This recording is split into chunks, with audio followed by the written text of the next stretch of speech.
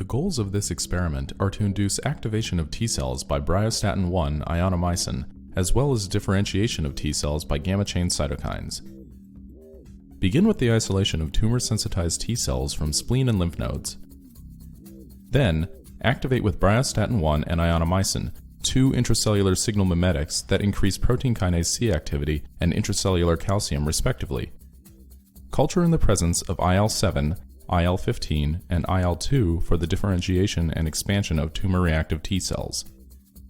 The powerful combination of results from the interferon gamma ELISA and the FACS cytotoxicity assay can shed light on tumor reactivity of the expanded T cells and offer potential insights to adoptive immunotherapy.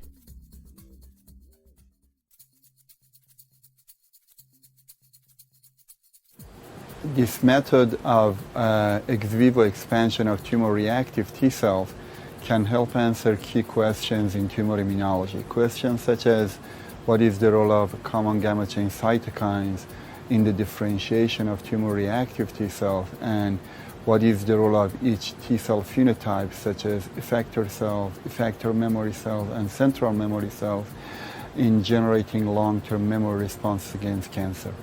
The isolation of lymph nodes and spleen and the aseptic handling of the lymphocytes are difficult procedures to implement, but can be learned rapidly by observation.